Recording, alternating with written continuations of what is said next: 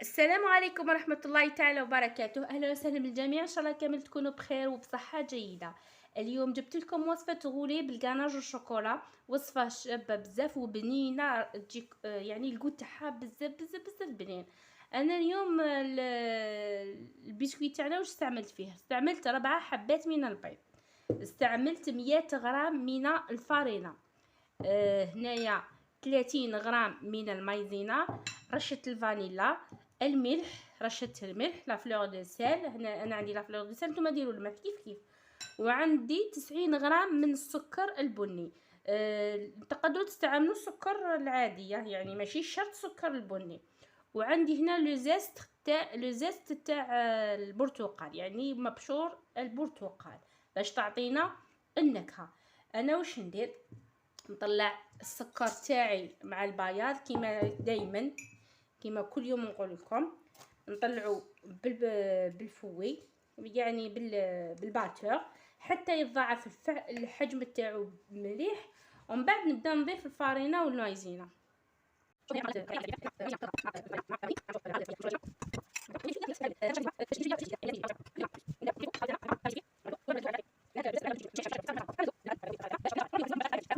حبيباتي نروحو لا دوزيام بريباراسيون، وهي لو غاناج. لو غاناج الشوكولا واش نسحقو فيه؟ نسحقو عندنا 330 غرام من الكريمه السائله، 35% تاع اللي فيها 35%، تقراو في العلبه تصيبو 35% ماده دسمه. عندنا هنا الزبده 50 غرام من الزبده، وعندنا هنا شوكولاته، تحبوا ديروا 250 غرام شوكولاته سوداء مع 100 غرام شوكولا بالحليب، تحبوا ديروا 350 غرام شوكولاته بالحليب نورمال، كيما حبيتو تخرج لكم الريزولتا هي. انا هنا راني ذوبت الشوكولا تاعي، هنا عندي 350 غرام شوكولا سوداء، انا ذوبتها باش تجيني سهله العمليه. واش راح ندير؟ نروح نسخن لا كريم ليكيد تاعي، ومن بعد نبدا نضيف فيها هنا على 3 دفعات، مع الاخر نضيف لها الزبده.